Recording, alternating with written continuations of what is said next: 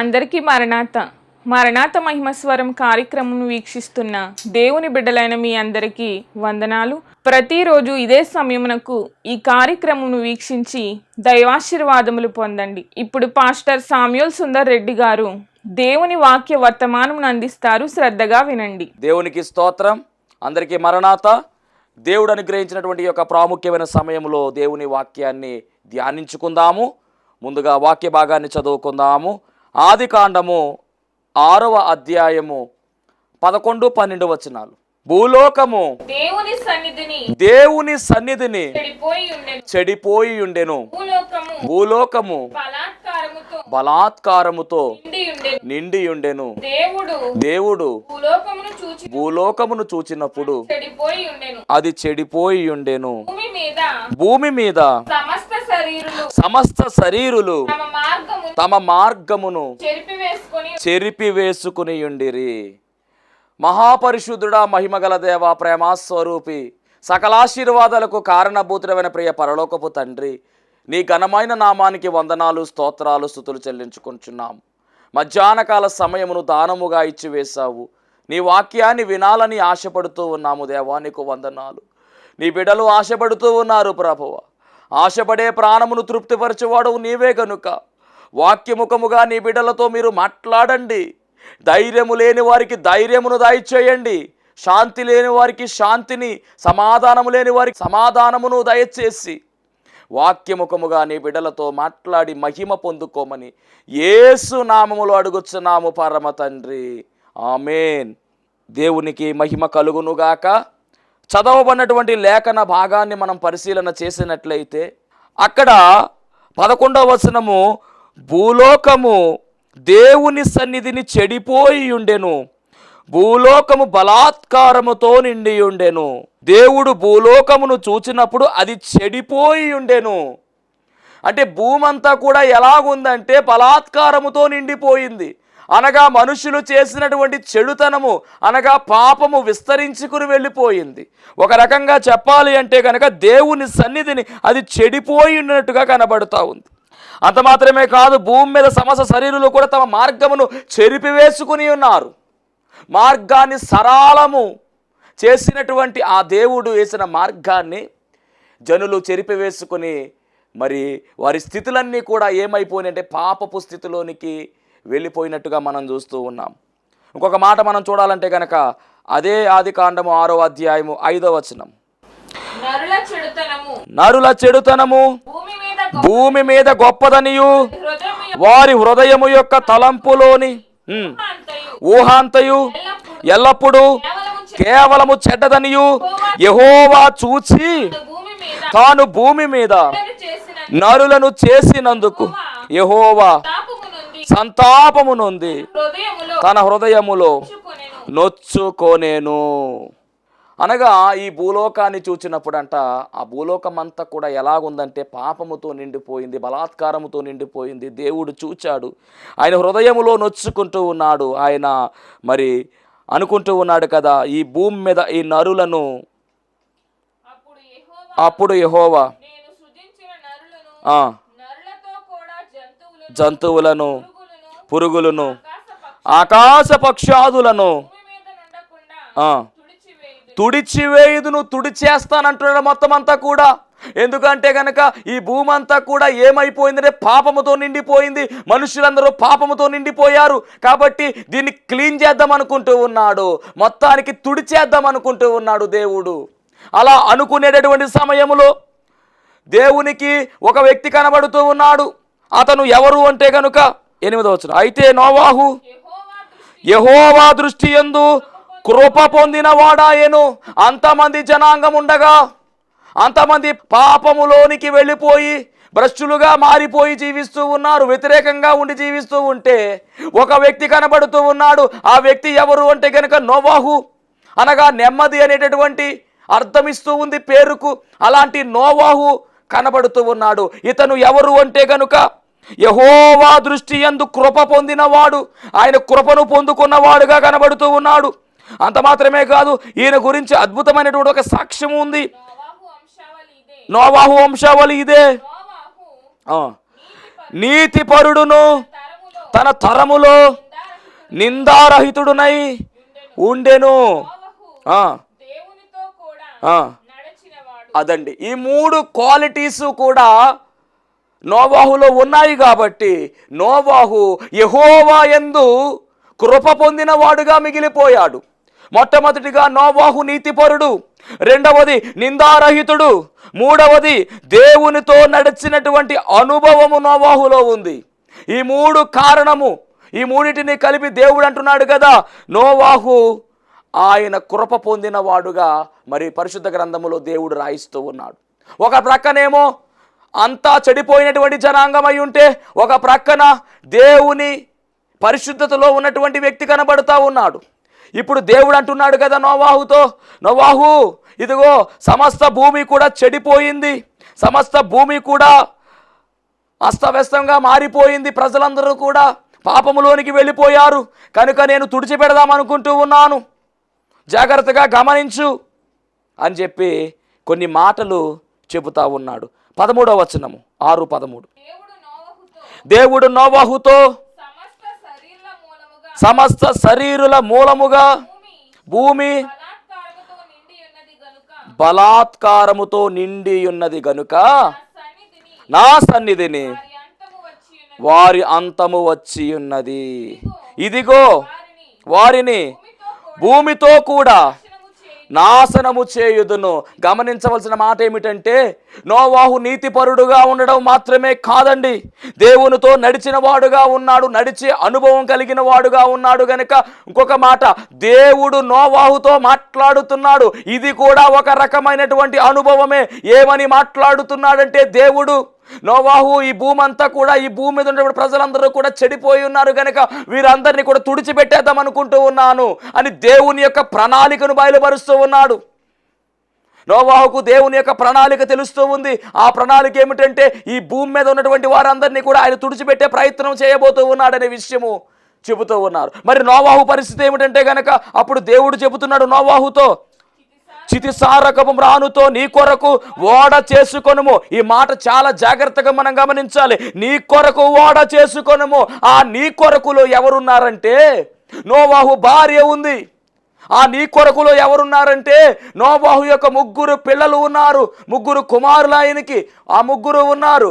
అలాగే ఆ 3కి మరి భార్యలు వచ్చారు, అనగా నోవాహు కోడండ్రు ఉన్నారు. మొత్తానికి 8 మంది అన్నమాట. దేవునికి మహిమ కలుగును గాక. నీ కొరకు ఓడ చేసుకొనుము అని చెప్పి ఓడ ఎలా చేయాలో దేవుడు తెలియజేస్తూ ఉన్నాడు. దాని కొలతలు చెబుతా ఉన్నాడు, దాని యొక్క అంతస్తులు చెబుతా ఉన్నాడు, ఏది ఎలా నిర్మించాలో, దాని గుమ్మము ఏ విధముగా పెట్టాలో, తలుపు ఏ విధంగా పెట్టాలో, పక్కన కిటికీ ఏ విధంగా నిర్మించాలో, ఏ చెక్కతో దాన్ని తయారు చేయాలో, ఏ మ్రాను వాడాలో, దేన్ని ఏ విధముగా ఎంత హైట్ ఉండాలో, ఎంత వెత్తు ఉండాలో, అవన్నీ కూడా నోవాహుకు కొలతలతో దేవుడు చెప్పాడు. దేవుని మహిమ కలుగును గాక. ఇలా ఓడ సిద్ధము చేయాలి అని చెప్పేసి మొత్తానికి దేవుడు మరి చెప్పినట్టుగా మనం చూస్తూ ఉన్నాం. మనం గమనించినట్లయితే కనుక నోవాహు మొత్తానికి దేవుడు చెప్పినట్టుగా ఓడను చేసినట్టుగా మనము చూస్తూ ఉన్నాం. ఇందాక మీకు చెప్పాను, నీ కొరకు అని రాయబడింది. 18 చదువుతాం ఒకసారి. 18 వచనం. అయితే నీతో నా నిబంధన స్థిరపరచుదును, నీవును నీతో కూడా నీ కుమారులను నీ భార్యయు నీ కోడండ్రును ఆ ఓడలో. అది మొత్తానికి 80 ప్రవేశించాలి. ఒకవేళ ఎవరైనా కనుక నువ్వు చెబుతా ఉంటే ఎవరైనా కనుక మారితే ప్రవేశించవచ్చు, తప్పులేదు, దేవునికి స్తోత్రం. కానీ మీ యొక్క 8 మంది కూడా ఆ ఓడలోనికి వెళ్ళాలి అని చెప్పి వారితో పాటు కొన్ని జంతువులను జతలుగా దేవుడు చెప్పినట్టుగా రాయబడింది. మరి మిగిలిన వాళ్ళ పరిస్థితి ఏమిటంటే కనుక జలప్రలయం రాబోతా ఉంది. ఆ జలప్రలయములో మిగిలిన వారందరూ కూడా ఏమైపోతారంటే కొట్టుకుని వెళ్ళిపోతారు. భూమికి పట్టినటువంటి పాపం అనేటటువంటి మస్టు మొత్తానికి కడిగి వేయబోతూ ఉన్నాను, తుడిచివేయబోతూ ఉన్నాను. శుభ్రం చేసుకోవడానికి నీటిని ఉపయోగిస్తాం కనుక దేవుడు కూడా నీటిని ఉపయోగించాడు. ఆకాశ వాకిళ్లను తెప్పేశాడు. అంత మాత్రమే కాదు, సముద్రానికి గడియలను తెరిచాడు. మొత్తం భూమి మీదకి నీరంతా కూడా ఎగబాక్కుంటా వచ్చేసింది. ఆగని వర్షము కురిసింది. 40 రాత్రింపగళ్ళు కుంభపోతగా వర్షం కురిసింది. మొత్తం అంతా కూడా తుడిచిపెట్టబడిపోతుంది అనే విషయాన్ని కూడా మరి నోవాహుతో దేవుడు చెబుతా ఉన్నాడు. ఓడ తయారు చేయమని నోవాహుకు దేవుడు చెప్పడం మనం చూస్తూ ఉన్నాం. మరి నోవాహుకు ఓడ తయారు చేయమని చెప్పినప్పుడు ఆయన వయస్సు మనం గమనించినట్లయితే కనుక 500 సంవత్సరాలు. 500 సంవత్సరాల వయస్సు అండి ఆయనకు. ఇది మనము ఈ వచనాన్ని మనం ఎక్కడ చూడొచ్చు అంటే కనుక ఆదికాండం 5:32లో మనకు కనబడుతుంది. 5:32 నోవాహు 500 ఏండ్లు గలవాడై షేమును హామును యాపేతును కనెను. అంటే ఓడ తయారు చేయమని చెప్పే సమయంలో ఆయన వయస్సు ఎంత అంటే కనుక 500 సంవత్సరములు. అలాగే మరి ఓడ చెయ్యమన్న వెంటనే ఈయన ఓడ మొదలుపెట్టాడు. 7వ వచనం ఒకసారి 7వ అధ్యాయం 1వ వచనం చదవండి అమ్మా. యెహోవా ఈ తరము వారిలో నీవే నా ఎదుట నీతిమంతుడవై ఉండుట చూచితిని గనుక నీవును నీ ఇంటి వారును ఓడలో ప్రవేశించండి. దేవుడు ఓడ తయారు చేయమని చెప్పాడు, బాగానే ఉంది. మరి నోవాహు ఓడ తయారు చేశాడా అంటే కనుక 22వ వచనం 6వ అధ్యాయం 22వ వచనము నోవాహు అట్లు చేసెను, దేవుడు అతనికి ఆజ్ఞాపించిన ప్రకారము యావత్తు చేసెను. అనగా నోవాహు ఎలాగున్నాడంటే గనక దేవుని మాట వినేవాడుగా ఉన్నాడు యోహాను. నోవాహు విషయంలో మనం గమనించినట్లయితే కనుక దేవుని మాట వినే అనుభవం కలిగిన వాడు. దేవుడు ఓడ చేయమంటే జలప్రలయం వస్తుంది అంటే కనుక దేవుని మాట నమ్మాడు. అందుకని ఓడ తయారు చేయడం మొదలుపెట్టాడు. మొత్తానికి ఓడను నిర్మించినట్టుగా మనం చూస్తూ ఉన్నాం. ఈ ఓడ తయారు చేయడానికి దాదాపుగా 100 ఏళ్ళు పట్టింది. ఎందుకు ఈ మాట చెప్తున్నానంటే జలప్రలయం వస్తుల్లోకి ఆయన వయస్సు 600 సంవత్సరాలంట. అనగా 500 సంవత్సరంలో మాట్లాడారు, 600 సంవత్సరంలో ఓడ కంప్లీట్ అయింది. దాదాపుగా 100 సంవత్సరాలు పట్టింది ఓడ చేయడానికి. ఈ 100 సంవత్సరాల్లో నోవాహు యొక్క నిరీక్షణ చెదిరిపోలేదు. ఈ 100 సంవత్సరాల్లో అనేక మంది అనేక రకాలుగా అడిగారు నోవాహును. ఎందుకంటే ఓడ ఎక్కడ తయారు చేస్తారు అంటే కనుక సముద్రం ఒడ్డును తయారు చేయాలి. కానీ ఓడ ఎక్కడ తయారు చేస్తున్నాడంటే ఊరి మధ్యలో తయారు చేస్తూ ఉన్నాడు. అందరూ అడుగుతా ఉన్నారు, ఇక్కడ చేస్తున్నావు ఏంటంటే కనుక జలప్రలయం రాబోతా ఉంది, ఆకాశ వాకిళ్లను దేవుడు తెరుస్తాడు, వర్షం కురవబోతుందని చెప్తే అందరూ కూడా నవ్వుకున్నారు. ఎవరు కూడా నోవాహు మాట వినలా. కానీ ఎవరిని పట్టించుకోకుండా దేవుని మాట మాత్రమే పట్టించుకుని వెళ్ళాడు. దేవుని మహిమ కలుగును గాక. ఈ లోకంలో కూడా నలుగురు 4 రకాలుగా అనుకోవచ్చు, కానీ మనకు దేవుని మాటే ప్రధానమైనది. ఆయన వాక్యే మనకు ముఖ్యమైనది. ఎవరేమనుకున్నప్పటికీ పట్టించుకోవాల్సిన అవసరము లేదు. వాక్యం ఇచ్చినటువంటి ప్రియమైనటువంటి దేవుని పిల్లలారా, వాక్యం ఇచ్చినటువంటి సహోదరి, ఇదిగో నీ జీవితం గురించి దేవుడు మాట్లాడుతూ ఉన్నటువంటి మాట ఏమిటంటే కనుక వాళ్ళు అదంటున్నారు వీళ్ళు ఇదంటున్నారు, నువ్వు కృంగిపోతున్నావేమో కనుక దేవుడు నీకే చెబుతూ ఉన్నాడు, ఎవరిని పట్టించుకోవద్దు, దేవుని మాటే నీకు ప్రధానమని మరి ప్రభువే మాట్లాడుతూ ఉన్నాడు. కృంగిపోవద్దు, ఎవరేమన్నా కానీ వాటికి జడేవద్దు, వారి మాటలకు భయపడొద్దు, దేవుని మాటే ప్రధానంగా ముందుకు పెట్టుకుని సాగిపోమని ప్రభు చెబుతా ఉన్నాడు. దేవుని మహిమ కలుగును గాక. నోవాహు అనేక మంది ఎన్నెన్నో చెప్పారు, ఏవేవో మాటలు అన్నారు, కానీ దేవుడు చెప్పాడు ఓడ నిర్మించమన్నాడు. మొత్తానికి పని కంప్లీట్ చేశాడు. 100 సంవత్సరాలు పట్టింది. దేవునికి స్తోత్రం. ఆ తర్వాత 7వ అధ్యాయం 1వ వచనములో ఓడలోనికి వెళ్ళమని దేవుడు ఆజ్ఞాపించాడు. మొత్తానికి ఓడలోనికి వీళ్ళందరూ కూడా వెళ్ళినట్టుగా మనం చూస్తూ ఉన్నాం. దేవునికి స్తోత్రం. హల్లెలూయా. 7:5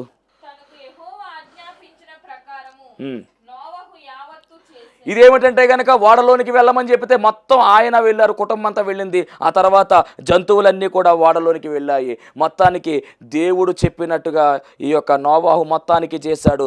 ఇక్కడ 6వ వచనం చదువుంది ఒకసారి. 7:6 భూమి మీదకి వచ్చినప్పుడు నోవాహు 600 ఏండ్ల వాడు, అనగా 600 సంవత్సరం అప్పుడు జలప్రలయం వచ్చింది. అనగా ఓడ తయారు చేయడానికి 100 ఏళ్ళు పట్టిందనే విషయము దీని ద్వారా మనం అర్థం చేసుకోగలుగుతున్నాం. మొత్తానికి 7వ వచనం చూస్తే కనుక అప్పుడు నోవాహును అతని భార్యయు తప్పించుకొనుటకై ఆ ఓడలో ప్రవేశించిరి. పక్షులు కూడా వెళ్ళిపోయినాయి. అంతా వెళ్ళిపోయిన తర్వాత ఆ ఓడ యొక్క తలుపు గడి ఎవరు పెట్టారంటే దేవుడే పెట్టేశాడు. 7:16 చదువుదాం. జీవాత్మ గల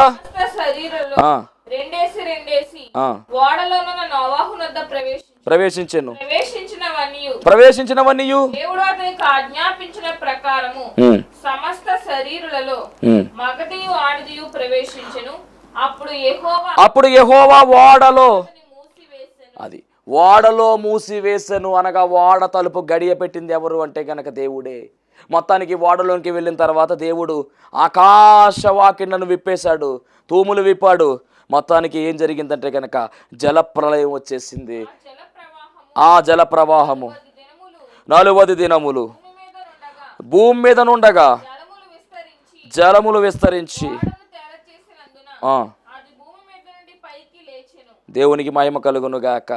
మొత్తానికండి దాదాపుగా మరి ఈ జలప్రళయం సమయం మనం చూస్తే కనుక బైబిల్ గ్రంథములో మనం క్యాలిక్యులేషన్ చేయగలిగితే కనుక సంవత్సరం కాలం పాటు మరి భూమి మీద నీళ్లు ఉండిపోయినాయి. 1 సంవత్సరము వారు ఓడలోనే ఉన్నారు. ఈ సంవత్సరములో ఓడలో కుటుంబం ఉంది. అలాగే కుటుంబంలో నుంచి మనం గమనిస్తే జంతువులు అన్నీ కూడా ఓడలోనే ఉన్నాయి. బయట భయంకరమైనటువంటి వాతావరణం, ఇక ఎవరూ లేరు, అందరూ కూడా నీటిలో కొట్టుకుని వెళ్ళిపోయారు. జీవరాశులన్నీ కూడా పోయినాయి. ఇప్పుడు నూతన సృష్టి ఎక్కడ ఉందంటే ఓడలో ఉంది. గమనించాలి. ఇప్పుడు దేవుడు మరి ఆ ఓడలో ఉన్నటువంటి నోవాహును కుటుంబాన్ని జ్ఞాపకం చేసుకున్నాడు. మరి వారు ఓడలోంచి బయటకు వచ్చినట్టుగా కూడా మనం చూస్తూ ఉన్నాం. 8:13 ఆదికాండం 8:13 మరియు 601వ సంవత్సరం మొదటి నెల 600 సంవత్సరములో ఓడలోనికి వెళ్ళారు. ఇప్పుడు 600 సంవత్సరము మొదటి నెల అంటే సంవత్సరం ఏంటంటే 601వ సంవత్సరము మొదటి నెల తొలి దినమున నీళ్లు భూమి మీద నుండి ఇంకిపోయేను. నేల ఆరియుండెను అంటే 1 సంవత్సరం లాక్డౌన్ అయిందనమాట. లాక్డౌన్ ఎక్కడ లాక్డౌన్ అంటే ఓడలో లాక్డౌన్ అండి. ఇది మనందరికీ లాక్డౌన్ బాగా పరిచయం కదా. కరోనా టైంలో లాక్డౌన్ జరిగింది. కానీ ఈ లాక్డౌన్ మామూలు లాక్డౌన్ కాదండి. సంవత్సరం పాటు లాక్డౌన్ జరిగింది. ఎక్కడ అంటే ఓడలో ఉన్నారు. సంవత్సరం పాటు ఉన్నారు. అప్పుడు ఓడ తలుపు తీసి చూస్తే, ఆ కప్పు తీసి చూస్తే అక్కడ నేలంతా కూడా ఆరిపోయింది. లోపలికి వెళ్ళమని చెప్పిన దేవుడు బయటికి రమ్మంటేనే కానీ వాళ్ళు రారు. కాబట్టి ఇప్పుడు దేవుడే చెబుతున్నాడు. చదువుదాం. అప్పుడు దేవుడు నీవును నీతో కూడా నీ భార్యయు నీ కుమారులను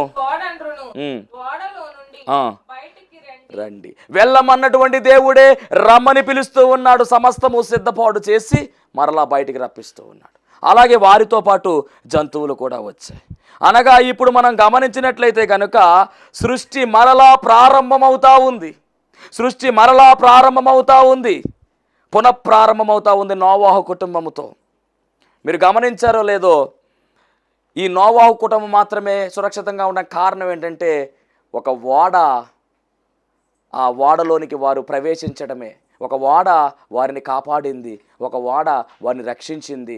సంవత్సరం పాటు మరి ఆ నీళ్లు తాకిడి తగిలినప్పటికీ నీటి మీద ఆ ఓడ తేలిపోయింది. ఓడలో ఉన్న జంతువులు, ఓడలో ఉన్న నోవాహు కుటుంబం మాత్రమే రక్షింపబడినట్టుగా ఇది రక్షణ ఓడగా పిలువబడతా ఉంది. ఈ నోవాహు మరి ఓడ కడుతున్నప్పుడు అండి, నోవాహుతో దేవుడు మాట్లాడారు. కానీ నోవాహు భార్య, మనకు ఆమె పేరు రాయలేదు. కానీ గమనించవలసిన విషయం ఏంటంటే నోవాహు భార్య పాత్ర కూడా చాలా విలువైనది. ఈ విషయాన్ని మనము ఆలోచన చేయాలి. ఎందుకు అంటే దేవుడు నోవాహుతో చెప్పాడు జలప్రళయం అని చెప్పేసి. కానీ నోవాహు భార్యతో దేవుడు ఏం చెప్పలా. మరి నోవాహు ఓడ కట్టాడంటే ఆయన ఒకడి వల్ల కాదు కదా. ఎందుకంటే లోకమంతా వ్యతిరేకంగా ఉంది. ఆయన ఒకడి వల్ల ఆ పని జరగదు. ఖచ్చితముగా నోవాహు భార్య సహకారిగా మారిపోయింది. కానీ ఆమె గురించి మరి నోవాహు భార్య అని చెప్పారు తప్ప ఎక్కడ నెగిటివ్గా రాయలా. మీరు గమనించారో లేదో, లోతు భార్య గురించి ఏమని ఉంటుందంటే కనుక లోతు భార్య వెనక్కి తిరిగి చూసింది, ఉప్పు సమం అయిపోయిందని ఉంటుంది. యోబు భార్య గురించి ఇచ్చినటువంటి స్టేట్మెంట్ ఏంటంటే యోబు భార్య మరి యోబుకి అన్నీ పోయిన తర్వాత ఇంకా దేవుడు అంటావేంటి, నీ దేవుడిని నువ్వు దూషించి చచ్చిపో అని చెప్పి సలహా ఇచ్చి వెళ్ళిపోయి చరిత్రలు నిలిచిపోయారు వీళ్ళిద్దరు కూడా. లోతు భార్య నిలిచిపోయింది, యోబు భార్య నిలిచిపోయింది. కానీ మరి నోవాహు భార్య గురించి ఎక్కడ రిమార్క్ కూడా రాయలేదు, ఎక్కడా కూడా మరి తప్పుగా రాయలేదు. నోవాహు భార్య అని రాశారు. అంటే భర్తకు లోబడినటువంటి గుణము కలిగినటువంటి భార్య. అంటే ఇప్పుడు మనం గమనించవలసిన మాట ఏమిటంటే కనిపించని పాత్ర, కనిపించకుండానే పని జరిగించినటువంటి ఒక విలువైనటువంటి పాత్ర ఎవరంటే నోవాహు భార్య. ఈమె నోవాహును నమ్మింది. ఎందుకంటే చెప్పాడు. దేవుడే కనపడి దేవుడే నోవాహుతో చెప్పిన మాట ఏమిటి? జలప్రలయం రాబోతా ఉంది, ఓడ కట్టండి అంటే, మరి ఆ మాట ఖచ్చితముగా నోవాహు వెళ్ళి తన భార్యకు చెబితే ఆ మాట నమ్మింది. దేవుడు నాకు చెప్పడా అని అడగలేదండి, నమ్మింది. అంటే భర్త మాటకు లోబడింది, విధేయత చూపించింది. పేతురుపత్రికలో చక్కని మాట ఏమిటంటే, మొదటి పేతురుపత్రిక 3:1 చూద్దాం. లోబడి ఉండాలి. స్త్రీలారా మీరు మీ స్వపురుషులకు లోబడి ఉండి, అందువలన చాలండి, లోబడి ఉండాలి. అనగా స్త్రీ పురుషుల గురించి మన దేవుడు ఏం చెప్తున్నాడంటే, మరి భార్య భర్తలు కావచ్చు, భార్య భర్తకు లోబడి ఉండాలి, భర్త భార్యను ప్రేమించాలి. ఇది మరి దేవుడిచ్చినటువంటి వాగ్దానం. లోబడి ఉన్నది కనుక మరి భర్త చెప్పిన వెంటనే, నోవాహు చెప్పిన వెంటనే ఆ మాటను అంగీకరించింది, దానికి ఒప్పుకుంది. మొత్తానికి ఆ ఓడ కట్టేటటువంటి పనిలో ఈమె కూడా తన వంతు సహాయాన్ని తను చేసినట్టుగా మనకు కనబడుతూ ఉంది. పని చేసినట్టుగా కనబడతా ఉంది, పనిలో వాడబడినట్టుగా కనబడతా ఉంది, గొప్ప సహకారిగా కనబడతా ఉంది. ఇప్పుడు గమనించాలి, ఆడవారి యొక్క ప్రత్యేకత ఏమిటి అంటే కనుక, ఆడవారికి దేవుడు కొన్ని పాత్రలు ఇచ్చాడు.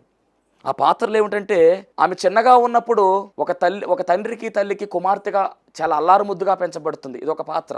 రెండవ పాత్ర ఏమిటంటే కనుక, పెళ్ళైన తర్వాత ఒక గొప్ప ఉత్తమమైనటువంటి భార్యగా ఆమె మార్చబడుతుంది. అలాగే మరి పిల్లలు పుట్టిన తర్వాత తల్లిగా ఒక పాత్ర ఆమె ధరిస్తుంది. అలాగే మరి ఆ పిల్లలకు పెళ్ళిళ్ళు అయితే కనుక అత్తగా పాత్ర వహిస్తుంది. అలాగే మనం గమనించినట్టయితే కనుక ఆ పిల్లలు పుడితే కనుక నానమ్మ కానీ అమ్మమ్మ కానీ అయ్యి ఆ పాత్ర కూడా వహిస్తుంది. ఇన్ని పాత్రలు ఉన్నాయండి ఈ యొక్క మరి స్త్రీ జీవితంలో. దేవునికి మహిమ కలుగునుగాక. ఇప్పుడు ఈమె మనం గమనించినట్టయితే కనుక నోవాహు గారిని నమ్మింది, ఆయన మాటను అనుకరించింది. రెండవదిగా మనం చూస్తే కనుక కుటుంబాన్ని కట్టిందండి. ఎంత బాగా కట్టింది అంటే కనుక, ఇక్కడ నోవాహు గారు ఓడ కడతా ఉంటే అక్కడ కుటుంబాన్ని కట్టింది. పిల్లలు చిన్నపిల్లలుగా ఉన్నప్పుడే మరి దేవుడు బయలుపరిచిన మాట ఇది. మొత్తానికి ఆయన ఓడ కట్టే ప్రయాణంలో ఉంటే ఈ ప్రజలైనటువంటి వారు మరి ఆ మాట ఈ మాట అని పిల్లలను చెడగొట్టే ప్రయత్నం చేస్తారు. కానీ పిల్లలు ఎక్కడ కూడా దారి తప్పిపోకుండా మరి ఆ 100 సంవత్సరాలు కూడా మరి దేవుని మాటను పట్టుకుని మరి తండ్రి గారు చేస్తున్నటువంటి పనిలో వారు కూడా సహకారులుగా మారే విధంగా కుటుంబాన్ని కట్టుకున్నట్టుగా ఈమె పాత్ర మనకు కనపడతా ఉంది. చూద్దాం సామెతల గ్రంథము 14:1 మనం చూస్తే కనుక, జ్ఞానవంతురాలు తన ఇల్లు కట్టుకొనును అని చెప్పేసి, తన ఇల్లు కట్టును, 3 రాలు తన చేతులతో తన ఇల్లు ఓడబెరుకును. కాబట్టి మరి ఇంటిని కట్టుకున్నటువంటి పాత్రగా కనబడతా ఉంది. అంత మాత్రమే కాదు, గుణవతి అయినటువంటి భార్య దొరుకుట అరుదు అని కూడా వాక్యం సెలవిస్తూ ఉంది. అవును, ఈమె గుణవతి అయినటువంటి భార్య. ఒక ప్రక్కన నోవాహును నమ్మినటువంటి ఆమెగా, రెండవది కుటుంబాన్ని కట్టినటువంటి పాత్రగా ఈ యొక్క నోవాహు భార్య కనబడతా ఉంది. ఇక మూడవదిగా మనం గమనించినట్లయితే కనుక తల్లిగా ఈమె కనబడతా ఉంది. మూడవది తల్లి పాత్ర. తల్లి పాత్రలో కనుక మనం చూసినట్లయితే ఈమె గొప్ప పాత్ర, అంటే ఉత్తమమైనటువంటి తల్లి. ఎందుకంటే పిల్లల్ని చక్కగా పెంచింది. తల్లి ఎఫెక్ట్ పిల్లల మీద ఉంటుందండి, ఇది గమనించాలి. తండ్రి కూడా అంతే. తండ్రిని మగపిల్లలేమో తండ్రిని అనుసరిస్తూ ఉంటారు, ఆడపిల్లలు తల్లిని అనుసరిస్తూ ఉంటారు. కానీ ఎక్కువ కుటుంబంలో మనం గమనిస్తే కనుక తల్లే ప్రధానమైన పాత్రగా మనము చూడాలి. ఎందుకంటే పిల్లవాడికి మొదటి బడి అమ్మ ఒడి అని చెప్తూ ఉంటారు. అమ్మ బడి కాబట్టి వాళ్ళకి అన్నీ నేర్పించాలి, అన్నీ నేర్పిస్తుంది, అన్నీ నేర్పించే బాధ్యత స్త్రీ మీద ఉంటుంది. అందుకని మరి ప్రభుత్వం వారు మరి చక్కగా చెప్తూ ఉంటారు, ఎప్పుడు కూడా స్త్రీ పేరే ముందు వాడుతూ ఉంటారు. అమ్మ నాన్న, అందులో అమ్మే ముందు చెప్పబడింది. తల్లిదండ్రులు, దాంట్లో తల్లి పేరే రాశారు, తండ్రి పేరు రాయిలా. అలాగే స్త్రీ పురుషులు అంటారు, పురుషులు స్త్రీలు అంటారు, అక్కడ కూడా స్త్రీ పురుషులు. అలాగే భార్యాభర్తలు, అలాగే ఆడ మగ. అంటే ఎక్కడ చూసినా కానీ ముందు ఎవరి పేరు పెడుతున్నారు? స్త్రీ పేరు. అంటే ఇక్కడ గమనించవలసిన మాట ఏమిటంటే స్త్రీకి చాలా ప్రధానమైనటువంటి స్థాయి ఇచ్చారు. ఇంకా చెప్పాలంటే బస్సులో ముందు సీట్లన్నీ కూడా స్త్రీలకే కేటాయిస్తారు. అంటే ఇటు సమాజపరంగా చూసినా కానీ స్త్రీ ఎఫెక్ట్ అంత పర్ఫెక్ట్గా ఉండదు. ఒక కుటుంబం కట్టబడాలంటే స్త్రీ పాత్ర చాలా గొప్పది. దేవుని మహిమ కలుగునుగాక. ఇప్పుడు ఈ పాత్ర ఎంతవరకు నిలబడిందంటే ఉత్తమమైనటువంటి తల్లిగా నిలవబడింది. ఈ బిడ్డల్ని చక్కగా పెంచుకుంది, మాట వినే బిడ్డలుగా పెంచుకుంది. 100 సంవత్సరాలు ఒక నోవాహు గారు ఓడ కడతా ఉంటే ఈ 100 సంవత్సరాలు ఈ తల్లిగారు చక్కగా కుటుంబాన్ని కట్టేసింది. అందుకనే ఈమె ఉత్తమమైనటువంటి తల్లిగా పిలువబడతా ఉంది. అంత మాత్రమే కాదండి, ఆ పిల్లలకు పెళ్ళిళ్ళైన తర్వాత కోడళ్ళు కూడా వాడలోనికి వెళ్ళారంటే ఈమె ఉత్తమమైనటువంటి అత్తగా మారిపోయింది. కోడళ్ళతో గొడవ పెట్టుకోవాలా, కోడలు ఈమెతో గొడవ పెట్టుకోవాలా, కలిసిపోయింది. వచ్చిన కోడల్ని కూతురులాగా భావించింది. మొత్తానికి సెట్ అయిపోయింది అంతా కూడా. అంటే ఈమెలో ఉన్నటువంటి లక్షణాలు మనం గమనిస్తే కనుక 4 ప్రధానమైనటువంటి లక్షణాలు. ఒకటి, భర్తను నమ్మింది. రెండవది, కుటుంబాన్ని కట్టుకుంది. మూడవది, ఉత్తమమైన తల్లిగా ఈమె కనబడింది. నాలుగవది, ఉత్తమమైనటువంటి అత్తగా ఈమె మారిపోయింది. దేవునికి మహిమ కలుగునుగాక. ఈమె గురించి ప్రస్తావన మనం గమనిస్తే కనుక దాదాపుగా 5 సార్లు మాత్రమే ప్రస్తావించారు. పేరు లేదు.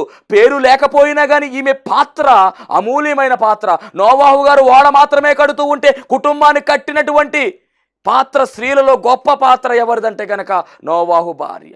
మరి ఓడలో దాదాపుగా సంవత్సరం కాలం ఉన్నారు. ఈ సంవత్సర కాలం కూడా ఆ పశువుల పనంతా ఎవరు చేయాలి? ఆడవారే చేయాలి. కాబట్టి నోవాహు భార్య అలాగే కోడండ్రును వీళ్ళు చేశారు. కాబట్టి మనం గమనించవలసిన మాట ఏమిటంటే వీళ్ళందరూ కూడా ఎలా పనిచేశారంటే చాలా చక్కని రీతిలో ఆ ఓడలో పనిచేశారు. దీనికి ప్రధానమైన పాత్ర ఎవరిదంటే కనుక మరి నోవాహు యొక్క భార్యదే. మరి ఇలాంటి పాత్ర నీవు కలిగి ఉన్నావా? ప్రభు పనిలో వాడబడుతున్నావా? ప్రభువుకి పాత్రగా వాడబడుతున్నావా? ప్రభువుకు నచ్చే పాత్రగా, ప్రభువు మెచ్చే పాత్రగా నువ్వు వాడబడితే గనక ఖచ్చితముగా ధన్యురాలు అవుతావు. నోవాహు భార్య గురించి ఈరోజు పరిశుద్ధాత్మ తండ్రి నీతోనే మాట్లాడుతూ ఉన్నాడు. మరి నీవు కూడా ఈ రీతిగానే ఉండాలి. పేరు కనపడవలసిన అవసరం లేదు, కానీ పని కనబడాలి. ఇక్కడ పేరు లేదు వీడిది, కానీ పని కనబడతా ఉంది. నేను చెబుతూ ఉంటే మీ మనసులో అనిపిస్తుంది కదా, ఎప్పుడు నేను ఇలాగ ఆలోచించలేదని ఆలోచన మీకు వచ్చిందంటే కనుక మీరు కూడా అలాగే ఉండాలి. మన పేరుతో పని లేదండి. మన పేరు ఎక్కడ కాదు కావాల్సింది, జీవగ్రంథంలో పేరెక్కాలి. మన పని ఉండాలంతే. ఎందుకంటే సహకారుల పేర్లు జీవగ్రంథంలో రాయబడును. కాబట్టి మరి నోవాహు గారికి ఎంతగానో సహకరించింది కనుక ఓడలో ప్రవేశించింది. తాను తన కుటుంబం అంతా కూడా ఓడలోనికి వెళ్ళిపోయింది. జలప్రలయం తప్పించబడింది. కాబట్టి వారు మరి సృష్టి మరలా ప్రారంభం కావడానికి మూలమైనటువంటి పాత్రలుగా వాడబడ్డారు. మరి అట్టి ధన్యత దేవుడు మీకును నాకును దయచేయును గాక. ఆమెన్. మహోన్నతుడానికి వందనాలు, స్తోత్రాలు, స్తుతులు చెల్లించుకుంటున్న ప్రాముఖ్యమైన సమయంలో తండ్రి, ఇదిగో నోవాహు గురించిని, అలాగే ప్రభువా నాయన భార్య గురించి, అలాగే తండ్రి బిడ్డల గురించి, కోడండ్రి గురించి, అనగా ఓడలోనికి వెళ్ళినటువంటి వారి చరిత్ర మీరు మాతో మాట్లాడి ఉన్నారు ప్రభు. ఇదిగో నీ రక్షణ ఓడలోనికి మేమందరము కూడా చేరువయ్యే ధన్యత మందరికి దయచేయమని, ఇంకా నువ్వు రక్షణ పొందుకోవాల్సినటువంటి వారిని నాయన నీ రక్షణ భాగ్యంలోనికి నడిపించమని ఈ వాక్యము ద్వారా ప్రభువా నీ బిడ్డల జీవితాల్లో నూతనమైన కార్యాలు జరిగించుమని, ఇదిగో ఉద్యోగ ప్రయత్నాలు చేస్తున్నటువంటి వారి యొక్క ఆ ఉద్యోగ ప్రయత్నాల ఉద్దేశములన్నీ కూడా సఫలపరచమని, అనారోగ్యంతో బాధపడుతున్నటువంటి వారు ఏకీభవిస్తున్నారు కనుక వారి అనారోగ్యాలన్నీ తొలగించుమని, శక్తితో బలముతో నింపి నడిపించుమని యేసు నామములో అడుగుచున్నాం పరమ తండ్రి. ఆమేన్. మరణాత. ఇప్పటి వరకు దేవుడు అనుగ్రహించినటువంటి చక్కని వాక్య సందేశాన్ని ఆలకించిన మీ అందరికీ కూడా ధన్యవాదములు. ఈ కార్యక్రమము మరి మీకు నచ్చినట్లయితే, ప్రభువు గనక మిమ్మల్ని ప్రేరేపించినట్లయితే కనుక ఖచ్చితముగా మరి ఈ కార్యక్రమానికి స్పాన్సర్ చేయవలసిందిగా ప్రభు పేరు తెలియజేస్తూ ఉన్నాము. ఎవరికైనా కనుక ప్రార్థన అవసరతలు ఉన్నట్లయితే మరి స్క్రీన్ మీద చూపిస్తున్నటువంటి నెంబర్కి ఫోన్ చేయండి. ఖచ్చితంగా మీ అందరి కొరకు అనుదినము ప్రార్థించడానికి మేము సిద్ధముగా ఉన్నాము.